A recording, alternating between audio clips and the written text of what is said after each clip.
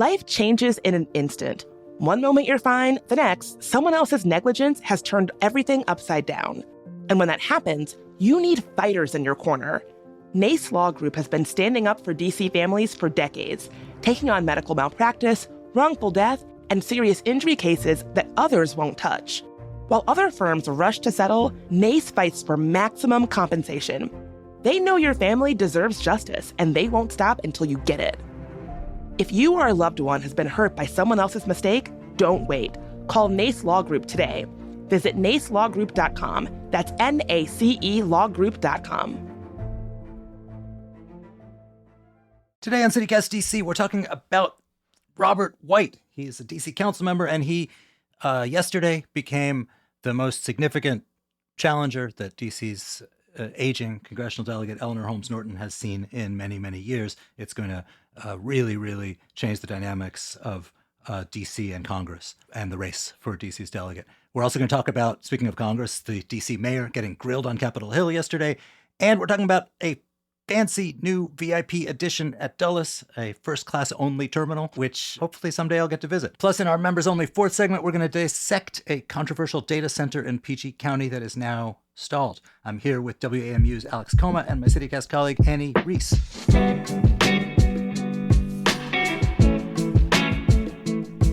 Today is Friday, September 19th. I'm Michael Schaefer, and here's what DC's talking about.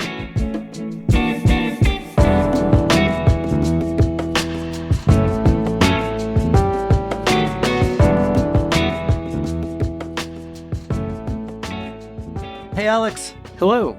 Hey, Annie. Hello. All right, guys, I know that you are champing at the bit to go through the latest congressional news. But before we start, this Friday's Roundup is sponsored by the NACE Law Group. CityCast fans have heard us raving about our longtime sponsor, Paulson and Nace. Well, now you're going to hear us raving about NACE Law Group, which is the same great team, just with a new name.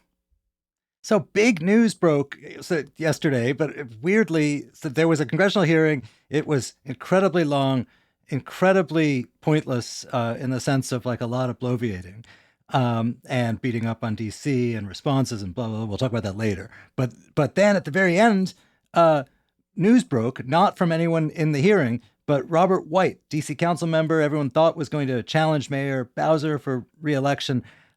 He's in the back of the room and he says to reporters, I'm going to run for congressional delegate. Which makes him like the first serious challenger that Eleanor Holmes Norton has had in years and years and years, and would make it a high-profile race. And it comes at a time when her diminishment is sort of visible to all, and there's been questions of whether she's even cognitively all there. So that's going to be big. It could be a sea change for the city's sort of face on the Hill. Yeah, I mean, as you say, so much of what I had been hearing was that Robert White was preparing for another run for mayor. He ran in 2022. He came maybe 9% or so short, and so was thinking that he would take a crack at this again. He was starting to sharpen his criticisms of Mayor Muriel Bowser, but something that people had always said to me as they were talking about his political future is don't lose sight of Eleanor's seat, because he worked for her for many years. He is someone who appreciates a good speech. As Tom Sherwood, my colleague at WMU, has often said, he has an iron butt, so he is good at sitting through long hearings.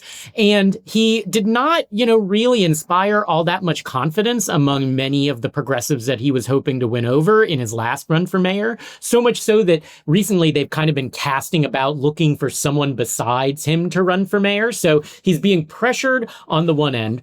On the other, you're seeing all the questions about Eleanor Holmes Norton come up. She, Donna Brazile, her longtime ally, writing this op-ed trying to push her out of office. And something that many people had said to me was that the key factor would be to see what Eleanor did as Robert was trying to decide. In fact, some people had, suggested to me that maybe the only way Eleanor would voluntarily agree to step aside is if she could endorse a successor who she knew and could, feasibly hand the baton off to. And Robert was largely seen as a good choice for that. I think some people thought that if there were any way to walk her down from her constant insistence that, yes, she's going to run again, is to say, look, here's this guy, he's been in the office for years, he'll do a good job, and that this could happen as sort of a Eleanor steps down, endorses Robert, he announces his bid all at once, bingo bango, we just clear the field. Much smoother. There's not a huge primary. But that's not the way it went down. No. And it feels like Shakespearean here. We've got this a little bit of a King Lear thing. Even Bowser in the hearing called her like our great warrior or something, but the warrior whose inability to fight comes right at this incredibly the sort of nadir of her city when her inability suddenly has this real world cost for the city. And instead of, as you said, gracefully endorsing one of her former proteges, she is publicly knifed by one of them, Donna Brazil, her close friend, who writes an op-ed saying step down, that ricocheted all around, or it didn't say step down, it said don't run again, that ricocheted all around city politics this week.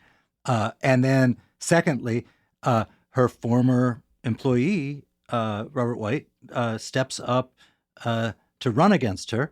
This is going to, I suspect this will hasten her exit from the race, because what that means is it'll be a real race if she tries to run again, which means she'll need to raise money, which is a lot of work. And I think the money class has decided this is not a person who is able to do what we want, and we're not going to give her any money. So this is going to, like, whether it is announced this week or a month or whatever, this is kind of the end of that. But it feels, it's sort of sad and Shakespearean, and coming at the end of this hearing that the city got beat up on, which she historically would be at her most eloquent defending, limits herself to her one comment that is all reading a little bit haltingly from a script. Yeah, absolutely. It does feel like last week was really this like Biden level, like, a lot of people compared it to the Joe Biden, Donald Trump debate, where it became clear that Biden wasn't going to be able to be the nominee. And I feel like on the one hand, the announcement yesterday was kind of a surprise, a kind of a jolt to the system. And on the other hand, it has really felt like, how much longer can this really be going on? Where like everyone is looking at this delegate who isn't really able to execute like she had been. What can we pivot to, like, let's say Robert White was in that job. The job description, it is not like a regular member of Congress. It is basically a lobbyist for the city.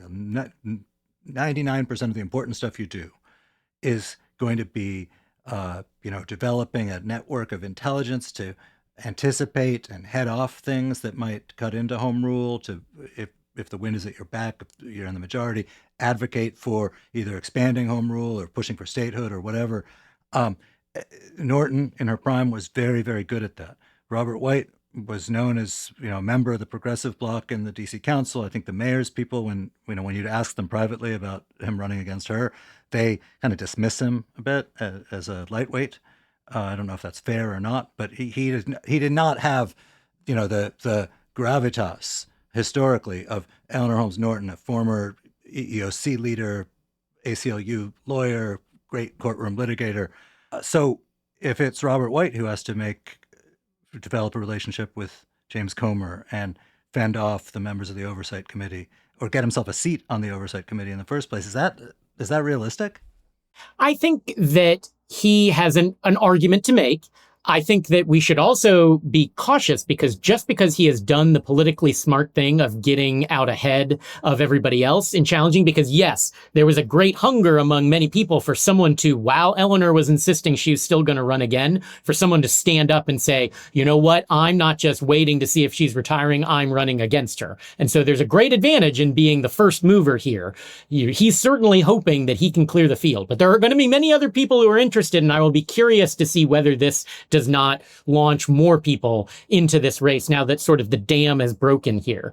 That being said, some of the others whose name who are thought to be interested? Many of the names will not surprise you. There is at-large council member Christina Henderson. She used to work on the Hill. She worked in Chuck Schumer's office for many years. She's taken a very active role in the lobbying efforts, in Congress.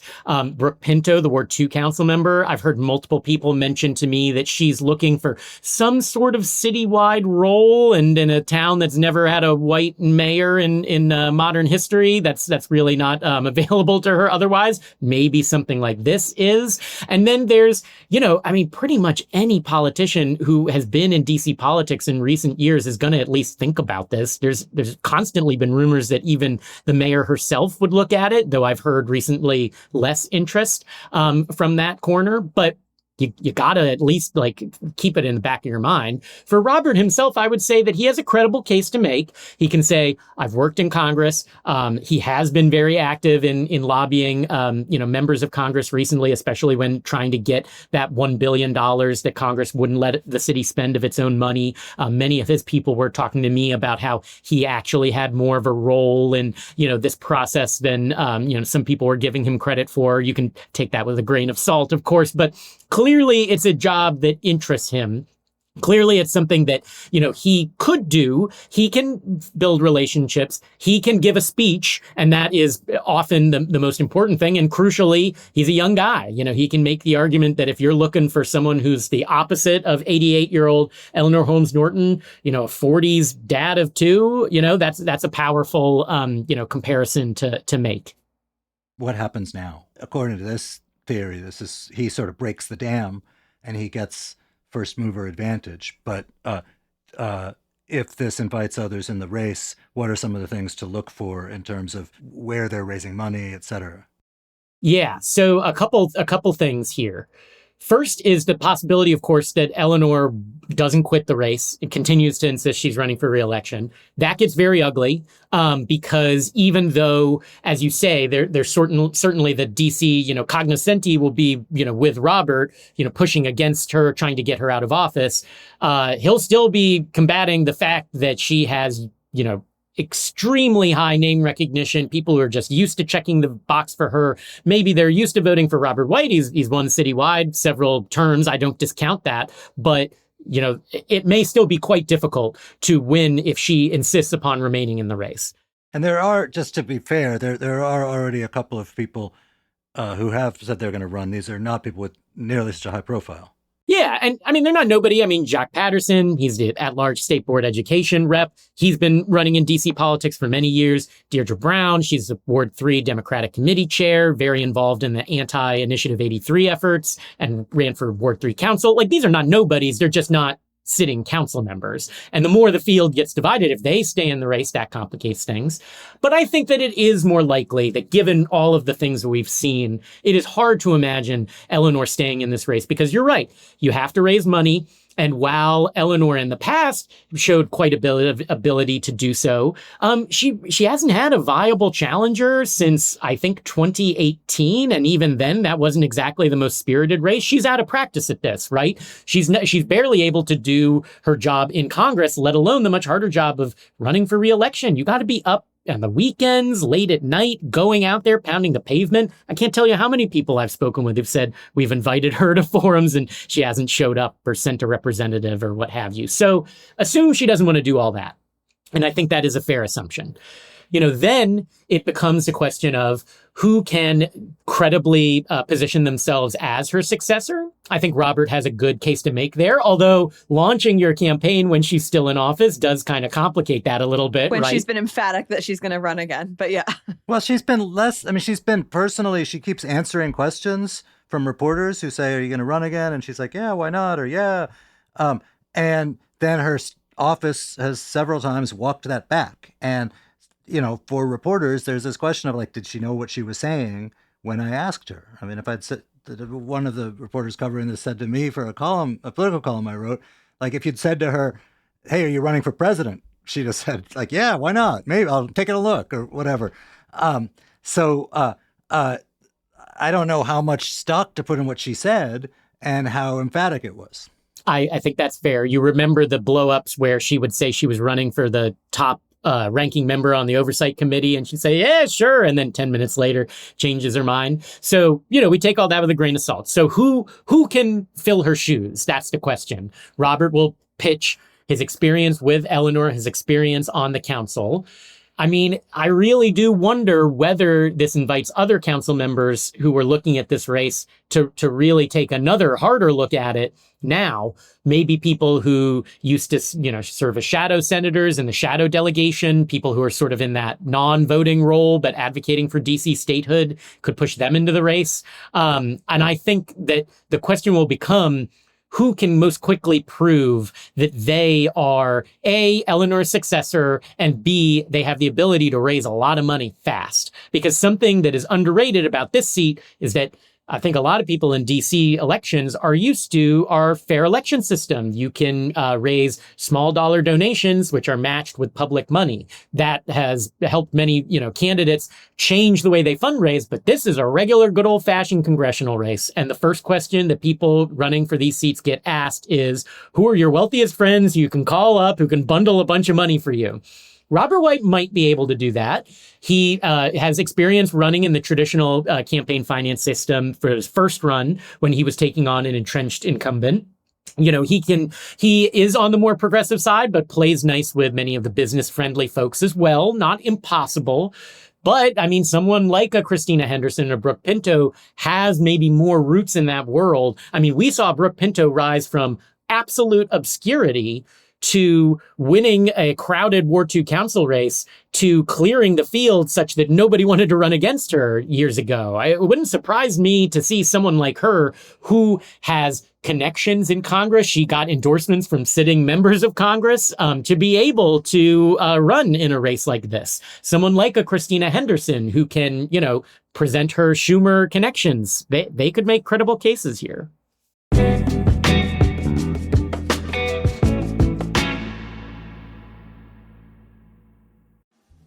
Did you know that the Library of Congress is free and open late on Thursdays?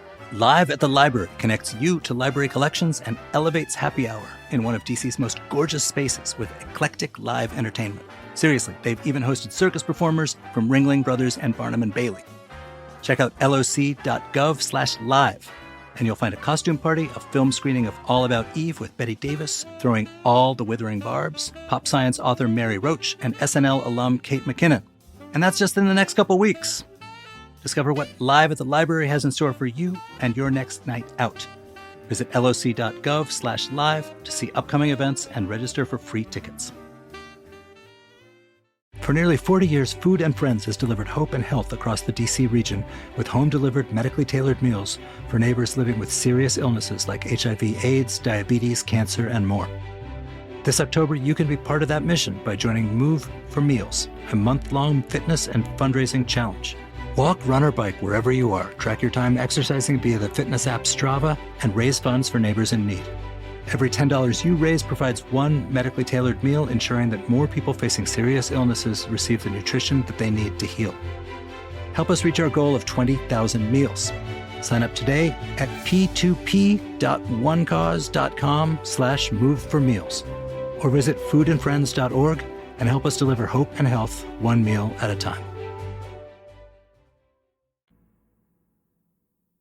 All right, so speaking of iron asses, Alex, you watched that long hearing yesterday on the Hill with the mayor of D.C., Muriel Bowser, with Phil Mendelson, the chairman of the D.C. Council, and with Brian Schwab, the city's attorney general, facing the oversight committee, which is the committee where all the bomb throwers and probably in both caucuses get sent. And so there was a lot of mugging for the camera. What'd you make of it?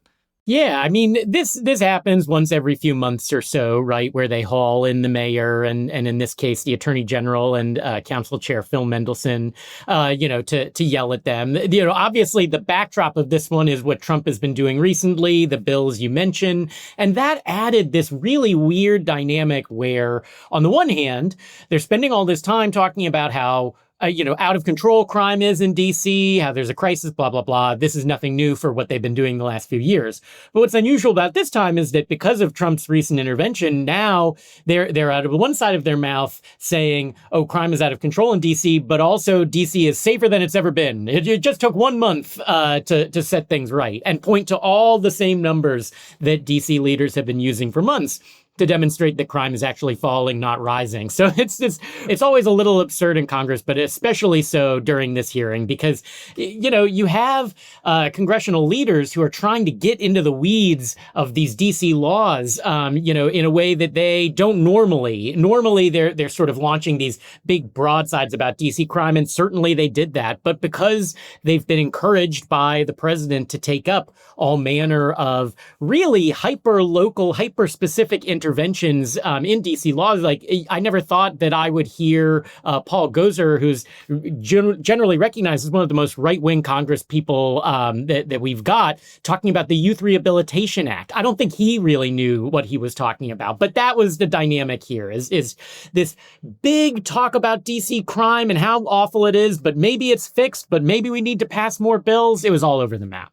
I find these, like, there's this element of hearings. It's probably inevitable because it's a bunch of people with a lot to do, and their job is not, nor should it be, to get in the weeds of all this legislation, who are basically trying to ask this yes or no question to cause embarrassment or to be able to use later of, hey, do you guys who run Washington think that crime is a problem? To which the answer should be yes. I mean, it is, and it was from them, and it was that like in America, crime is a problem, and like you go to other cities and like their big cities are not do not have the same levels of danger and violence as us. The tricky part gets into, well, why is that? So it's just there's just this sort of like dialogue of idiots going on.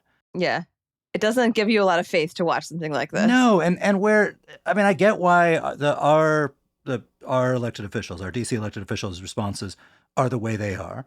But if they were being honest and able to feel like they could speak in good faith, I hope they would say, like, hey, even where we're at now, these are like really unacceptably high levels of murder and violence and robbery. And they should have said that in 2014, the sort of nadir of our murder rate. And they should continue to say that. But it's, the just the ambient bad faith makes it so tiring. I was interested in watching how Bowser reacted compared to Mendelson and Brian Schwab. I was going to talk about that, actually. I thought there was a really interesting characterization, if you look at the three of them as characters, where Bowser continued to be really middle of the road, really de-escalating at every opportunity. And then you had Schwab and Mendelson much more fiery, getting much more into the back and forth with the members. Even their opening statements, Bowser comes out there and talks about partnerships and, working together, and we're all trying to, like, that sort of thing, whether she believes it or not.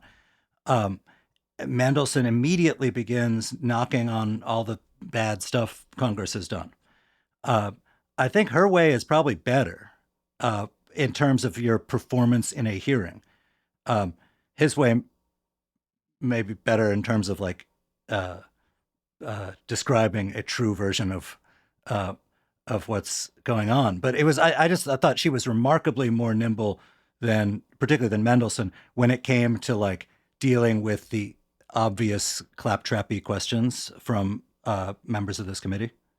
I think that at a certain level, it's all about who your audience is. The mayor has always viewed her audience as the president, as we've discussed on this many times before, and I think that to an extent, Phil Mendelson and Brian Schwab do as well, but are at the end of the day wanting to present what they feel is, like the more accurate reflection of the reality in DC. And you heard all three of them trying to bring up, these are all the things we could work together with you, the federal government, on that would actually make a difference, which in a sane world would, of course, be what they were there to talk about.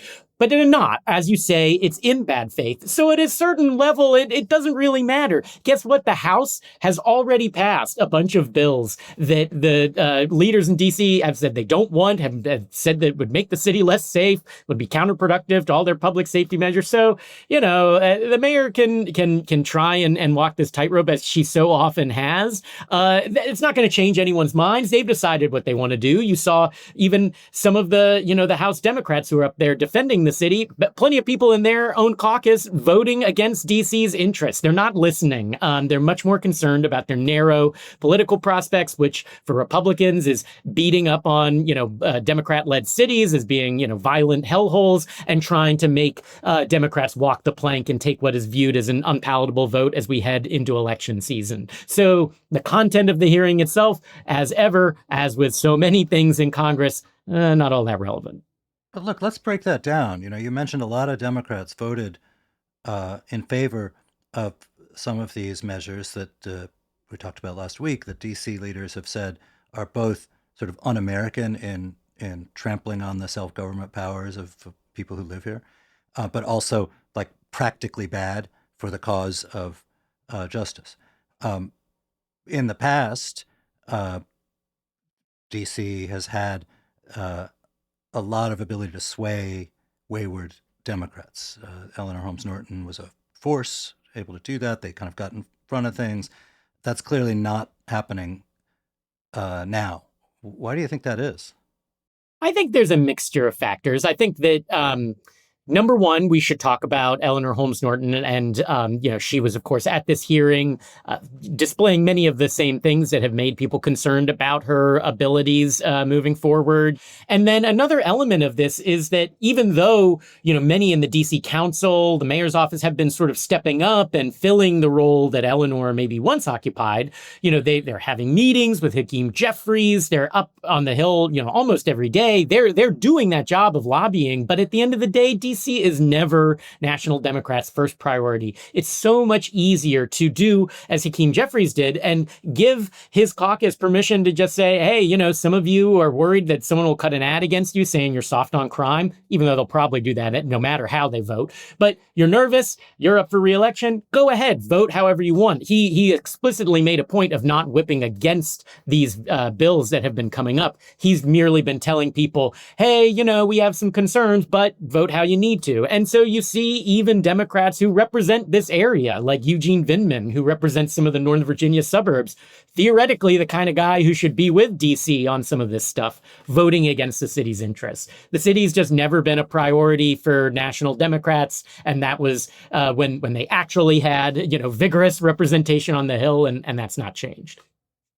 I think another thing that was interesting is that the continuing resolution that the House is going to vote on today sort of restores the missing $1 billion, which was a frequent talking point in the hearing as well, with Republicans saying, hey, Democrats, look, it's back in here. And so it just, you see this kind of a political jockeying back and forth, and DC being used as a bit of a football within this bigger game. Finally, right, this money reappears. But I don't know about you, but it's easy for me to imagine a world in which, as we know, there may very be a shutdown. There's going to be, horse trading over what makes it in and out of these bills to either keep the government open temporarily or, come to some sort of, God forbid, they come to the table with Democrats. Can't you imagine the DC thing being an easy, thing to drop to placate conservative Republicans, which is what happened last time around? It was the Freedom Caucus who was really upset about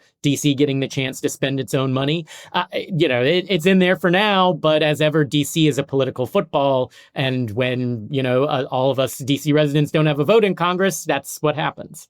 You sound fatalistic about this, which makes sense. But I wonder if that lets particularly Norton and her enablers off the hook for their performance and inability to articulate the case for voting the way they would like you to vote. I mean, certainly, I think that she deserves her, fair share of the blame in this, because this has been, as we've discussed before, the greatest intrusion on DC's autonomy since the 1990s. That was a time when Eleanor Holmes Norton was at the center of the action, was aggressively, lobbying for a control board, for DC, getting to shove some of its functions on the feds. She was at the center of so much of this. We would not have the DC government that we have right now, but for Eleanor Holmes Norton and her actions the last time the feds took this, heavy a hand on DC governance. And yeah, I mean, her voice is absent. But at the end of the day, I think that even if you replace her with one of the dozens of ambitious young politicians, they can get up there and they can read a speech and make a passionate argument and twist some arms and cut some deals. That can make a difference around the margins, sure. But at the end of the day, if congressional leadership is willing to sell out DC, then they're not going to really listen to the non-voting delegate who represents a bunch of people who can't vote for these constituents. They'll say, hey, crime's a hot issue right now. You want to take a vote that, let's be honest, probably won't matter. These bills probably won't pass the Senate. So, hey, here's a freebie. I think mainly is the way that a lot of them look at it.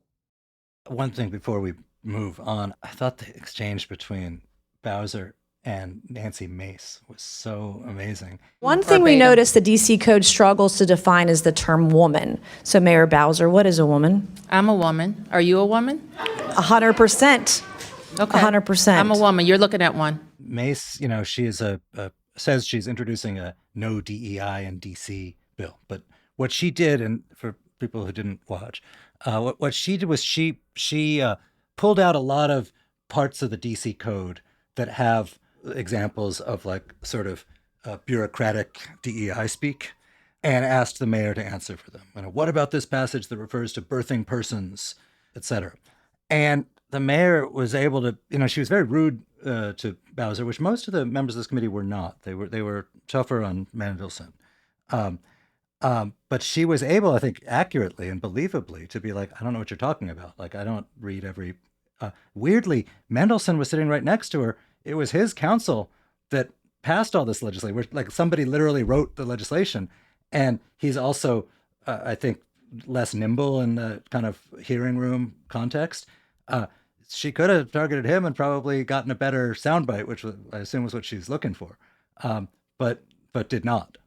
Yeah, well, you're making jabs at DEI, and when there's a black woman mayor and an old white council chairman, I think it's not a coincidence about who she was asking about this. But yes, say this for Muriel Bowser, whether it's in debates or in congressional hearings like this, she can get off a zinger every once in a while. And what was her response? She said, "What is a woman?" She said, "I am. Are you?" Which I'm a woman. You're looking at one. Yeah. Yeah. So I mean, that's probably the best way that you can answer those sorts of bad faith attacks. I'm sure we will all anxiously await to see what Nancy Mace, who's more busy running for governor of South Carolina than she is actually doing her job, comes up to tell us what to do about DEI here in the city. But look, I raise it to make a serious point too, which is that there is a whole bunch of stuff in Washington, in local Washington, as in other big cities, where there are government policies and rules and literally the language of litigation that is crafted around notions of inclusion and particularly of recognizing the existence of trans people, that is not a universally agreed upon thing in the country and is probably disagreed with or despised by the majority of Congress. So it's just to say, I think it's also a real easy target, bureaucratic gobbledygook in city code. I think we're going to see a lot more of that, even after the sort of crime phase of this ends. Yeah, I mean, and we did beforehand, right? No other city has congressional Republicans who are able to go line by line through the code and threaten to repeal specific things just because they don't like it. But guess what? The voters of D.C. elected representatives who did agree on all those things and passed those laws. And, they have to defend them from Congress because these are the unique circumstances that we are in. But everyone should be realistic about what is happening here. The House can't get anything done run on its own. So they spend a little time poking around in DC's business because they can.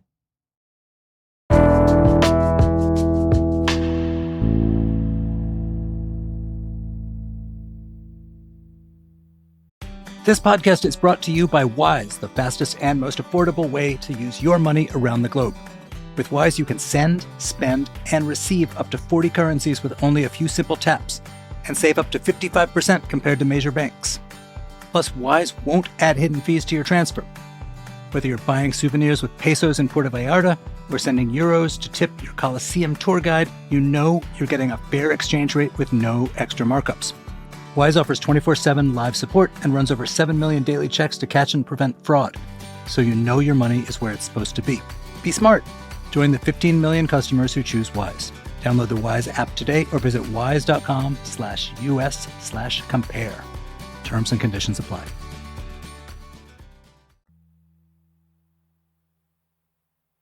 I am obsessed with this story. It was in the Business Journal this week. I haven't seen it in a lot of other places. That Dulles Airport is building a separate VIP first class facility. So if you are in the right class, you don't have to even go into the terminal with all the schmucks. Historically, first class passengers, VIP passengers, they got to go through the same metal detectors as everyone else and check their bags at the same place as everyone else. Then they can disappear into the first class lounge. But there's this proposal to build basically like a separate first class terminal there, and there's one in Dubai, which is I always thought it was sort of amazing. Like they don't even have to occupy the same space as the plebes, but this is now on the agenda for as a real possibility for Dulles. There's also kind of a pay to play, right? Obviously, if you're first class, you get access, but we don't yet know how much it would be. But in theory, even if you're just an economy passenger, you can pay and get access to this. We're really in the time of the lounge. And I'm a proud lounge person. I think the Capital One lounge at DCA is sort of dystopian level nice in a way that is to me, because I'm not a lounge person. Ooh, so if you have the right credit card, then you get to, get access to these certain lounges, or if you have certain flight perks. And the one at DCA, the Capital One Lounge, it's free food and alcoholic drinks and sort of absurdly nice. They've got chefs there. It's really comfortable. Flying is awful these days. It is so regularly a horrible experience, but it does seem like we're really in this age of, I don't know, increased stratification in airports and trying to find like slightly more comfortable, more private spaces. And this whole Dulles VIP premium experience is just part and parcel of that, I think. Well, the key is all the lounges have gotten so much more popular as that sort of mindset has transcended. Like, God forbid you be out with the hoi polloi and the rest of the airport, right? So anytime you go up to a lounge now, even the ultra luxe ones like Capital One, it's impossible to get in. There's a wait for like an hour, and it's like, well, I'm leaving. That's the point. That's why I'm here. And so I think that the direct line you see here is as these, the regular lounges, which are, for those of us who are, maybe doing just well enough to get the right credit card to get in, fill up, of course, we can go ever higher. And I don't want to be with those people in the low class lounges. I need to be in my VIP lounge in Dulles, of course. So I can't wait to hear about when one of you two get in. I think this will make me, until they come up with like the VIP road to Dulles, I don't think any amount of luxury. That's the toll road, baby. That's exactly what it is. But it still is. It's not even the traffic; it's the fact of the distance. And even if you're going to the toll road, you still have to get there on regular roads. So I think I'm still a DCA man. Always a DCA person, unless sometimes you can get much cheaper flights internationally from Dulles, which makes it worth it. One hilarious point that was made is it was unclear if they'll use the Dulles' famous people movers to get folks to and from the lounge. That would really diminish the experience, I think, if you go from your fancy lounge to getting on your little Star Wars vehicle to get driven to your gate. We could do a whole episode on the fancy Star Wars vehicles. Let's do it. They're like the dystopian lounge of lounges. Yeah. Hey, today, paid subscribers get a bonus 4th roundup chat. We're going to talk about the possibility of a data center in PG County and the many people who seem to be against it. If you want to be sure to always get the full episode, please become a member. Head to membership.citycast.fm and sign up. It's only $10 a month. Members get ad-free listening, exclusive members events, and an extra events newsletter every week. Again, that's membership.citycast.fm.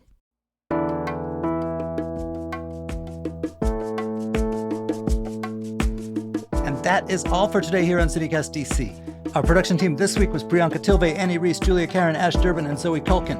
Newsletter editor Kayla Cote-Stemmerman wrote our fabulous newsletter Hey DC this week, and our hosts are Bridget Todd and me, Michael Schaefer from Politico. Music is by Alex Roldan, with additional music from Jim Galleretto, Rosedale, Philip Ayers, and Rue Walker from Triple Scoop Music via Getty Images. If you enjoyed the show, why not tell everyone about it next time you are in the VIP terminal? We'll be back Monday morning with more news from around the city. Bye.